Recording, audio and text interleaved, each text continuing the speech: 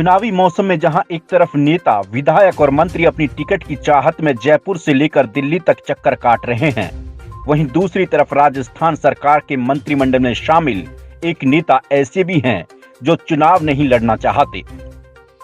दरअसल ये मारवाड़ के कद्दावर किसान नेता और गहलोत सरकार में कैबिनेट मंत्री हेमाराम चौधरी हैं।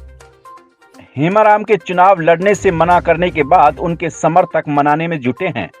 बीते दिनों हजारों समर्थकों ने खुद एक बड़ी सभा बुलाकर हेमाराम को मनाने की कोशिश की। समर्थक बैठक में हेमाराम को मनाते मनाते रो पड़े और यहां तक कि एक समर्थक ने तो उनके पैरों में अपनी पगड़ी तक उतार कर रख दी। इन सब के बावजूद हेमाराम नहीं माने और उन्होंने चुनाव लड़ने से साफ मना कर दिया।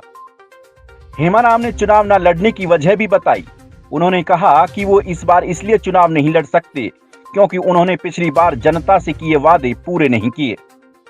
हेमाराम ने कहा कि मैंने कई प्रोजेक्ट शुरू करने की बात कही थी, लेकिन वो नहीं हो सके।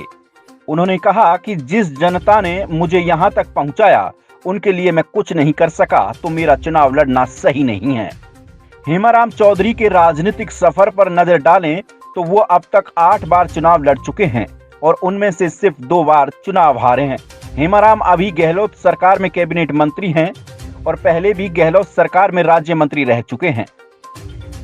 इससे पहले वसुंधरा सरकार में नेता विपक्ष की भूमिका निभा चुके हैं।